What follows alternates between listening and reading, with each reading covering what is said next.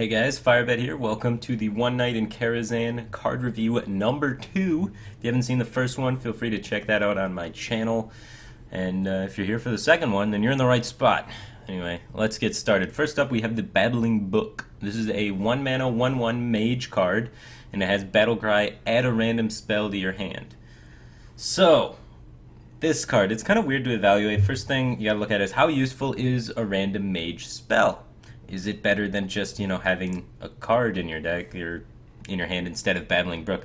And the answer, I think, is no most of the time, because we looked at all the mage spells and then evaluated if it was good, bad, or okay, and about, 66% of the time a random spell is pretty terrible against aggro. Oh, like 66% of the time the card's pretty much unplayable against aggro, the random spell you get. So if you're versing a lot of aggro, which you tend to do in Hearthstone, it's going to be pretty bad a lot of the times. And then even against control, 50% of the time, the random spell is not great.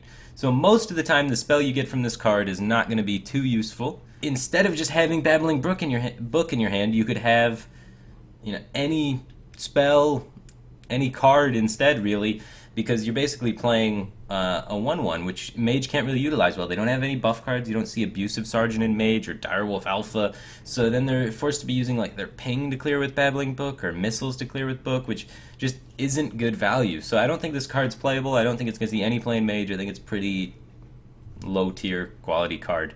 Next up, we have Imp of Malkos R. This is a 1-mana 1/3 demon, Warlock-only card. Whenever you discard a card, draw a card.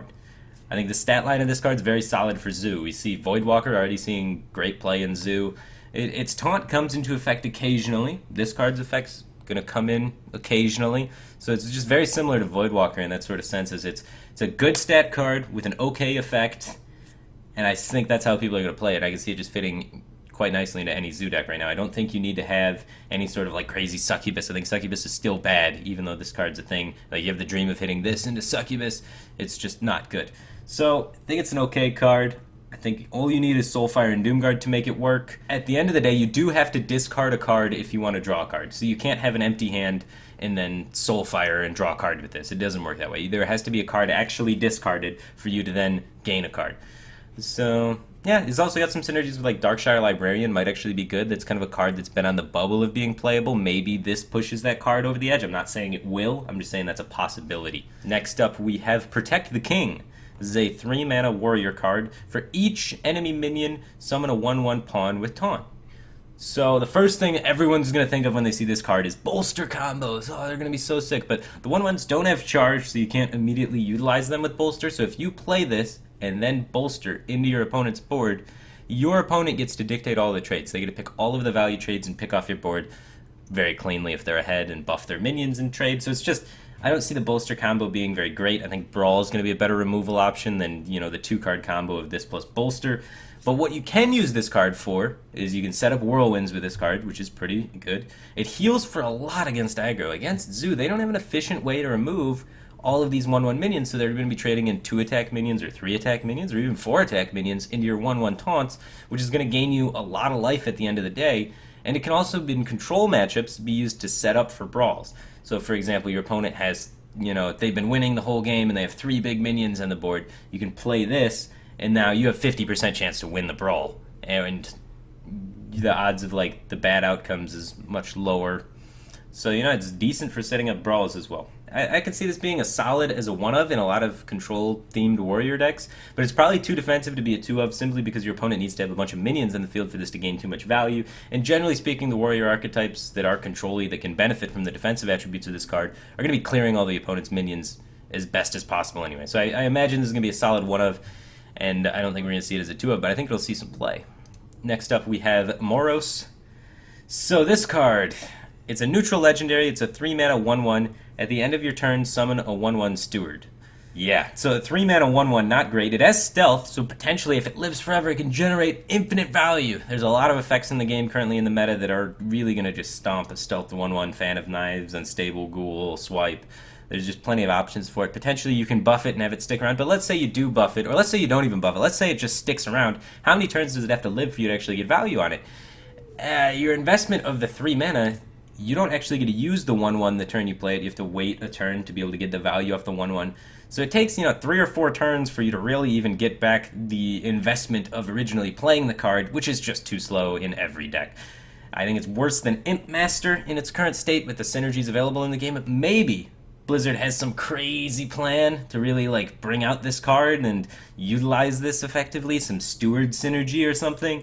But right now, this is one of the worst cards in the set. This is garbage. So next up, we have Prince Malkazar. So this is a 5-mana 5/6, and at the start of this game, shuffle 5 extra legendary minions into your deck. It's also a demon. So adding 5 legendaries into your deck is bad versus almost everything. And I'll tell you why right now. It dilutes your deck, lowering the odds of finding your good cards, and especially the cards that you really need in the early game. So most decks actually run card cycle or cantrips to try and reduce the amount of cards in their deck. And there's very few decks that really want to have extra cards in their deck ever, because the power level in Hearthstone, there's certain cards that are just better than other cards, and you definitely want to be able to play cards on curve, and having less cards in your deck would allow you to play cards on curve more efficiently. So diluting your deck, you get about 6% less of finding War X on 2, for example. So if you were going to play this in Fatigue Warrior, then not having your War X on 2 an extra 6% of games is actually going to hurt your win rate dramatically and hurt your ability to stabilize early. So diluting your deck, making it so it's harder for you to find the good cards that you need, is a huge downside to this card, and a huge downside to having 35 cards in your deck. And I think there are just simply better options than having 35 cards in your deck in control mirrors. There's still Elise in the game, which kind of does what this card does without diluting your deck. There's still, Cthulhu or triple Cthulhu decks with the Brand Doomcaller, so there's just better options for anti-control control decks. And this card obeys deck building rules, which means you can't get 2 Tyrions from it. You can't get, legendaries from other classes. You can't get itself. You have to obey all the deck building rules in Hearthstone while playing this card. So the extra legendaries that you get are going to be legendaries that are not in your deck. So that's also another downside to the card. I really don't think this card will see play in any deck. I think it's more for the memes, more for just people that don't have legendaries to be able to play legendaries or something cool like that. I don't see it being competitive at all. Next up, we have Bookworm. This is a 6-mana 3/6 dragon battlecry. If you're holding a dragon, destroy an enemy minion with 3 or less attack. So, first glance, I thought this would be pretty good, but I've kind of looked into it a little bit more. 6 mana is really late for a Shadowward Pain effect. So it does the effect of Shadowward Pain, but one, you got the condition of you need to be playing a 6-drop while using this Shadowward Pain effect, which makes it a lot less flexible and makes it so the later stages of the game, there's not as many minions with 3 or less attacks, so that's a lot less useful, and you have the restraint then of also having to have a dragon in your hand, so it starts all these compiling restraints gets a little bit awkward just because of how late it comes down. If it had worse stats and was a 4-drop with the same effect, it would be a lot better of a card, because 1, it would be more flexible, and 2, it'd be able to come down on a stage where 3 or less attack minions are more likely to be around. And it has some tough competition for the slot of the 6-drop. There's a lot of decent 6-drops in the game, especially for Dragon decks. Dragonoid Crusher is going to be the preferred choice in almost every Dragon deck. Dragon Warrior is not going to switch out Dragonoid Crusher for Bookworm. That's just not going to happen. A 6-mana 9/9 is a lot better than a 3/6 with a conditional effect that requires you to have a dragon in your hand.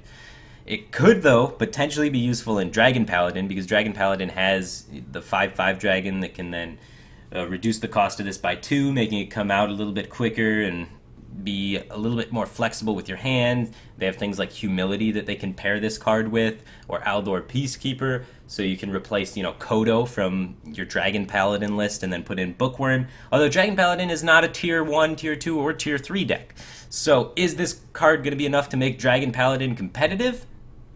No, not alone. It's going to need some support with it, but it is definitely a piece of what I believe would be used in Dragon Paladin. So I think it's this starting to be the semblance of Dragon Paladin, but it's not enough to push it there by itself. It's just not enough really for the slow Dragon decks, but it is a great useful tool in slow Dragon decks. Just they don't have enough of the full picture yet. Next card, we have Karazhan. This is a 5-mana Warlock card. It summons a 1/1 Candle, a 2/2 Broom, and a 3/3 Teapot. So when looking at this card, you can kind of compare it to Force of Nature, which summons 3 2/2s for 5 mana, or you can look at Silverhand Knight, which is a 4/4 and a 2/2. Both of these cards are subpar on value. They're like on the bubble. They're like almost good enough to be playable. What Warlock deck would Karazhan go in? It doesn't go in Reno. It just doesn't fit the theme of the controlling the board style of Reno. You'd have to put it in like Zoo, because I guess you can argue the buff effects can kind of work with it, or some sort of new Warlock archetype, some sort of weird mid-range Warlock. But nobody plays Force of Nature in any deck. No one plays Silverhand Knight in any deck, because these cards are just not great. And Zoo would be able to utilize the 3 bodies the best out of any deck like in the game, because it's a deck just designed around buffing things. But it's worse than Forbidden Ritual, just because Forbidden Ritual is so much more flexible and accomplishes the same goal. So this is better than Forbidden Ritual on 5 if you were going to want to Forbidden Ritual on 5, but the thing that makes Forbidden Ritual so strong is you can use it in conjunction with other cards on turn 5, or just on any turn in the game you can use Forbidden Ritual, so it's a much more powerful card. So I don't expect this seeing any play. I think it's kind of an underwhelming card. It's probably got a really cool animation, knowing Blizzard. Like, a lot of these kind of very mediocre cards usually have pretty fun animations, and this looks like a card that's going to have a fun animation. So I'm looking forward to that. But other than that, I don't see this card seeing any competitive play. It's just not enough going on for the mana cost there. It's just so many things it's competing over, too, for Zoo and other aggressive Warlocks. And mid-range Warlock isn't an archetype, and even if it was an archetype, I have to imagine they're going to be finding better 5-drops than this card. So yeah, if you haven't seen my first card review, feel free to check out my first card review. Went over pretty in-depth the cards. Tried to be a little less in-depth this time, especially since the cards for this one, I would have to say, just weren't nearly as exciting as the cards that we first saw at the first glance of One Night in Karazhan. But I'm hoping the next cards we see in the future will be a lot better than these ones. Thanks everybody for checking it out. Feel free to follow me on YouTube here, or Twitter at Firebat, or twitch.tv Firebat. Catch my live streams occasionally, and I'll catch you all next time with another card review effect. So you'll be able to get like another Tyrion, for example, and get some crazy things going on there, and powering up the consistency of N'Zoth decks a little bit, and also just giving them a huge swing.